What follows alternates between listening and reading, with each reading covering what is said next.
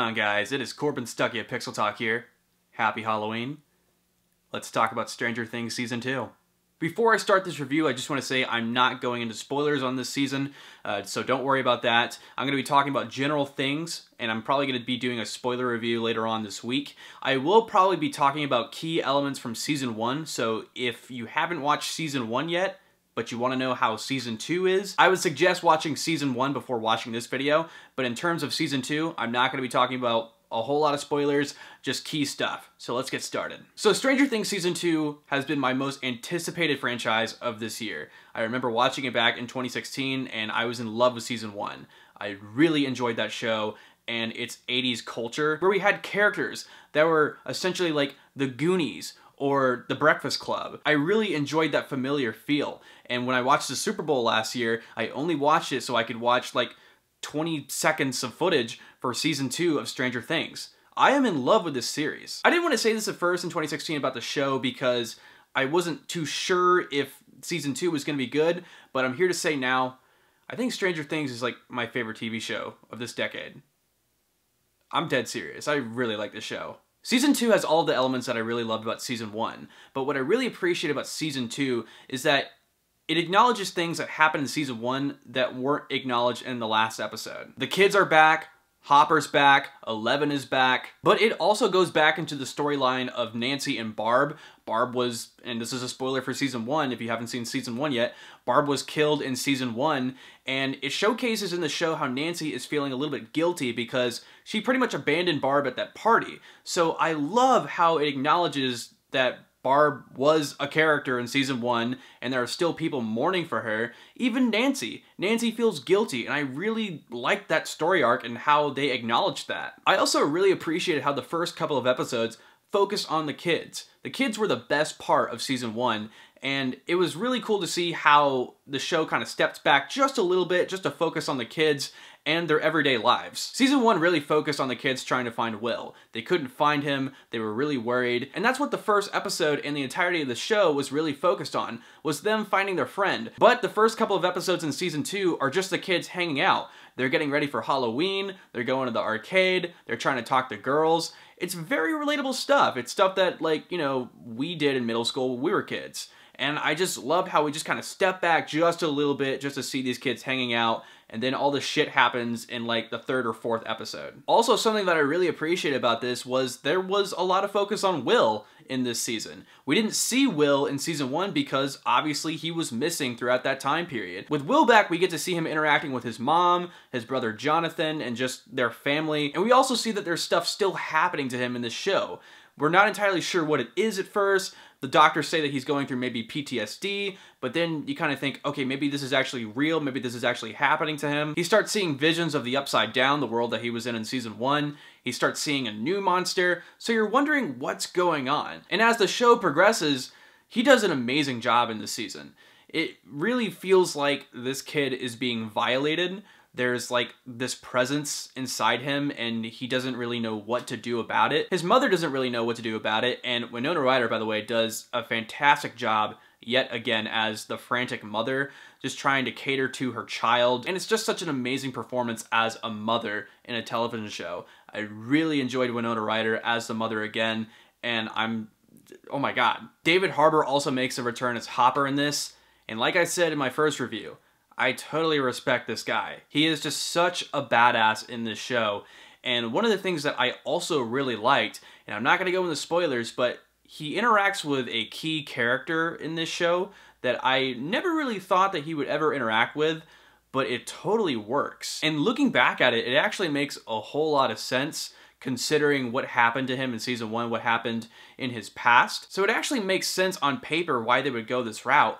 And I just thought that was such an interesting and awesome character interaction. And like I said, I just really like Hopper in this show. I enjoyed the character interaction that they placed here. And he is definitely one of my favorite characters in Stranger Things. Holy shit. This show also has a really successful love triangle where I'm kind of back and forth on characters. Nancy and Steve and Jonathan. In the first season, I wanted Nancy to go for Jonathan, but she ends up with Steve at the end of the first season. Then as Season 2 goes by, she kind of rekindles with Jonathan just a little bit, just as friends, but you still kind of see that relationship with her and Steve kind of break just a little bit. And it was just kind of weird because I didn't really like Steve in season 1, but then I kind of found that I really liked Steve in season 2. So the show was able to really successfully make me re-like Steve. I liked him in the first couple of episodes, but as the season progressed, I kind of disliked him. But season 2 actually made me like him again, actually even more. So I thought that was really cool how they did that. He actually kind of becomes like the Josh Brolin of the Goonies, the kind of older character that kind of hangs out with the kids for a little bit. I thought that was actually really cool as well. Didn't really expect that, but I was like, this is working. This is really cool. Speaking of the Goonies, this season actually pays homage to a lot of my favorite 80s movies. I think it's paying homage to The Gremlins and James Cameron's Aliens. I thought it was really cool that there are kind of little just subtle hints that this is what the season is paying homage to. It's pretty obvious for the most part. I thought it was pretty cool. Like we've known so far, the show is paying homage to the 80s. So yeah, I can't wait to see what they pay homage to in the next season. But it was really cool seeing the hints that this season was paying homage to.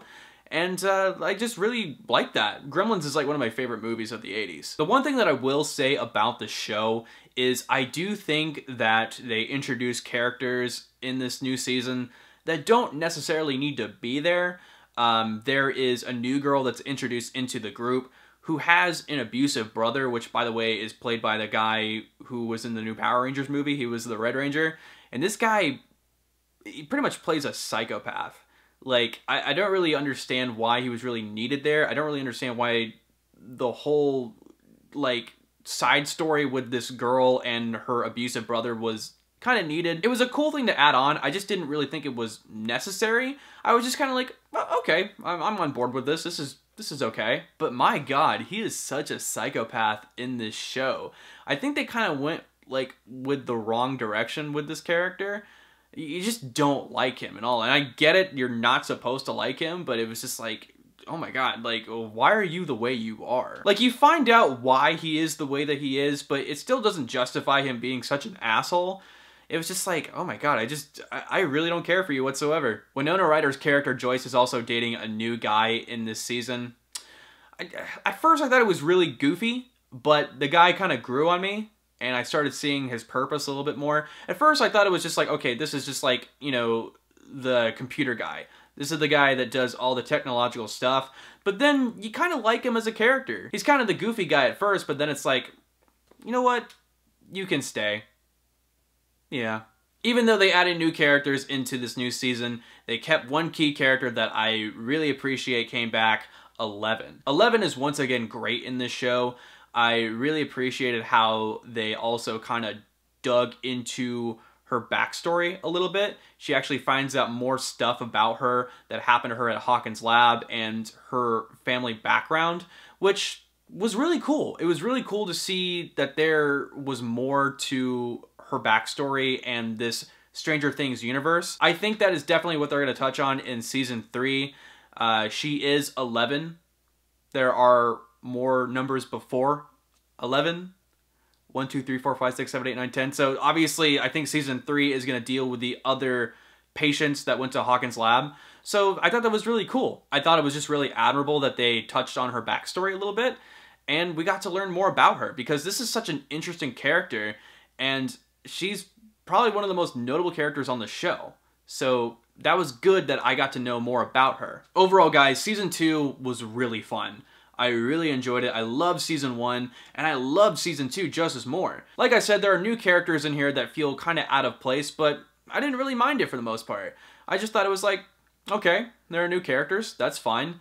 I think it would have been just as good if they left those characters out, but it's still a good show. It's really awesome, actually. I meant it when I said I think Stranger Things is my new favorite television show. I really meant it.